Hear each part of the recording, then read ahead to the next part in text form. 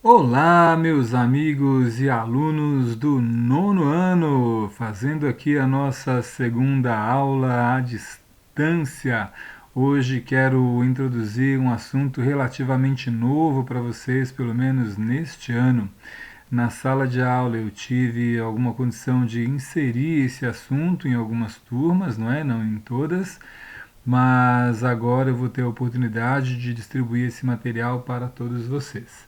Lembrando que esta aula à distância acontece porque estamos num período aí de isolamento social, né, de confinamento, dado o risco de contaminação a que todos podemos estar expostos se estivermos na rua.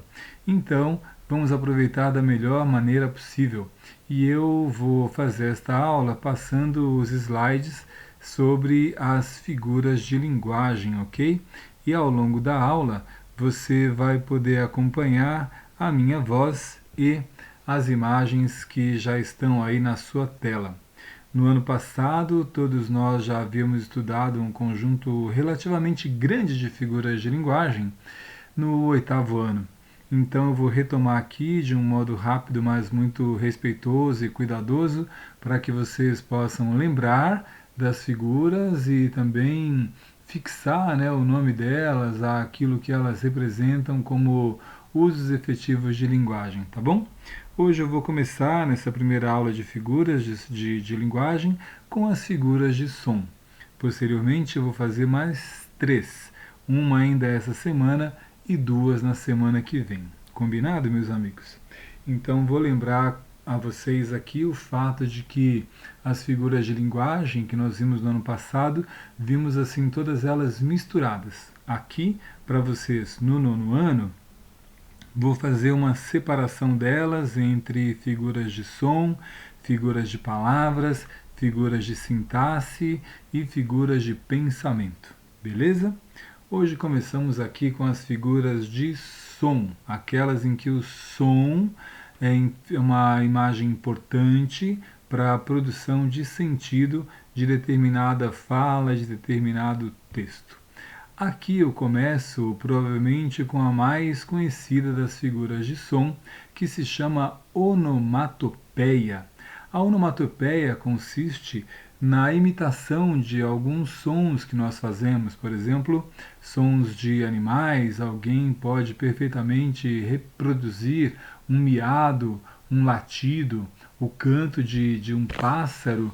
Alguém pode reproduzir o som de um objeto que cai no chão, de uma janela que estilhaça, ora o som de um beijo, o som de um tapa, o som de uma explosão, enfim, qualquer forma de imitação de som se chama onomatopeia, tá bom? E aí é fácil de reconhecer, especialmente aqueles que estão habituados a ler gibis, né, histórias em quadrinhos, onde esse recurso é bastante frequente. Então aí na tela você encontra uma infinidade, né? Na verdade não chega a ser infinidade, mas tem uns 20 exemplos aí de onomatopeia. Bang, crash, boom, crash, e assim sucessivamente você vai acompanhando aí vários exemplos de onomatopeia, tá bom?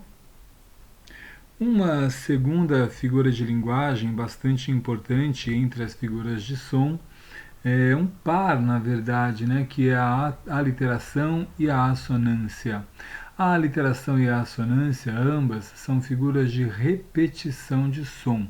Quando nós tivermos repetições de sons vocálicos, isto é, repetições de vogais, intencionalmente, é claro, nós teremos uma figura que recebe o nome de assonância. E quando a repetição sonora for de consoantes, vocês terão uma aliteração. Então procure se lembrar, a aliteração é uma figura de som que se caracteriza pela repetição de consoantes. E a assonância é uma figura de som que se caracteriza pela repetição de vogais, tá bom? Então aí no exemplo vocês têm um trecho, uma estrofe de uma música do Caetano Veloso em que ele diz: berro pelo aterro, pelo desterro, berro por seu berro, pelo seu erro. Quero que você ganhe, que você me apanhe, sou o seu bezerro, gritando mamãe. Não preciso ir muito longe, né, mas vocês têm totais condições de perceber repetições de várias consoantes, como é o caso da consoante B, da consoante P, da consoante T, da consoante D, da R e tantas outras aí, caracterizando a presença de aliterações. Do mesmo modo, temos aqui também a presença de vários sons vocálicos repetidos, né, como o som do E, que nós vemos aqui, ó, aterro, desterro, o som do E aberto também na palavra berro, quero, esse E bastante aberto, o A nasalizado, né, ganhe, apanhe, mamãe, gritando.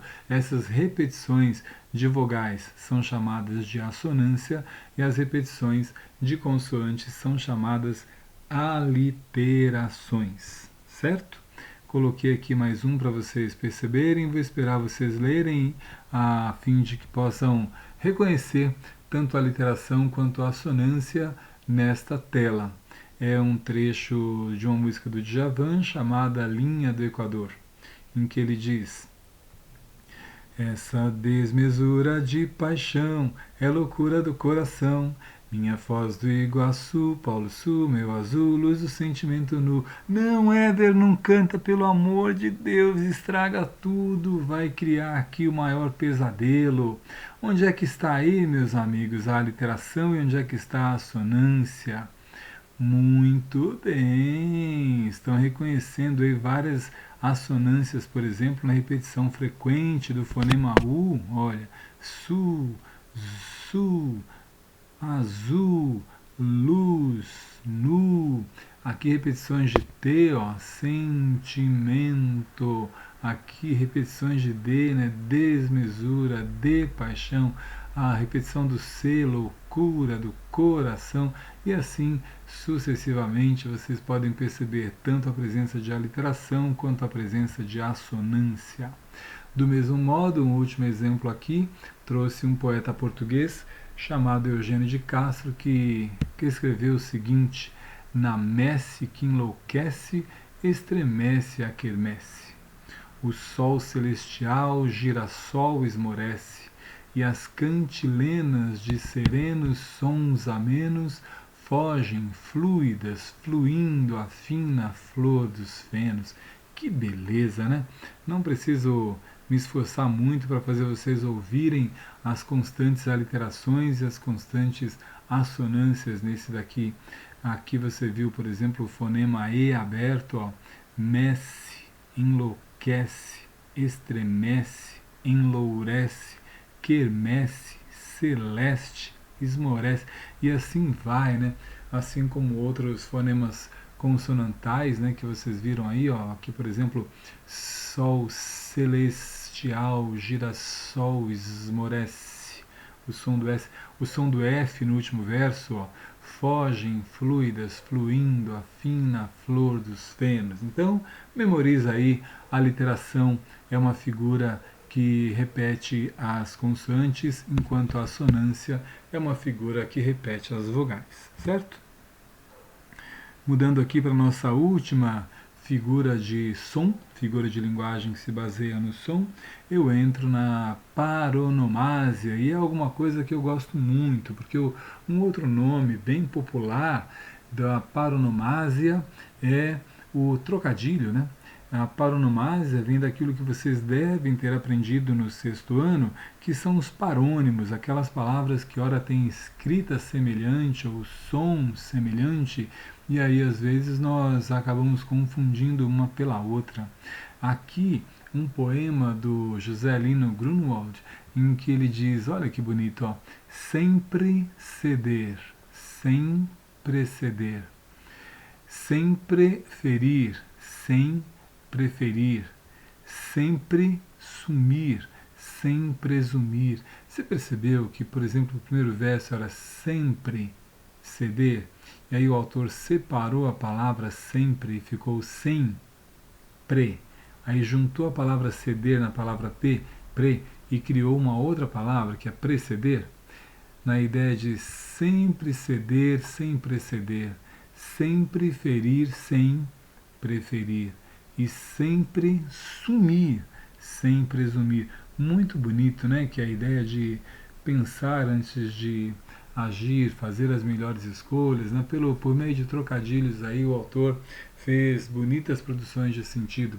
Então esses trocadilhos, esses jogos de palavra, essa paronomásia nós vemos aqui, né? A palavra ceder juntada com o final da palavra sempre criou a palavra preceder, e assim aconteceu também em todos os versos subsequentes, cada um com uma palavra diferente.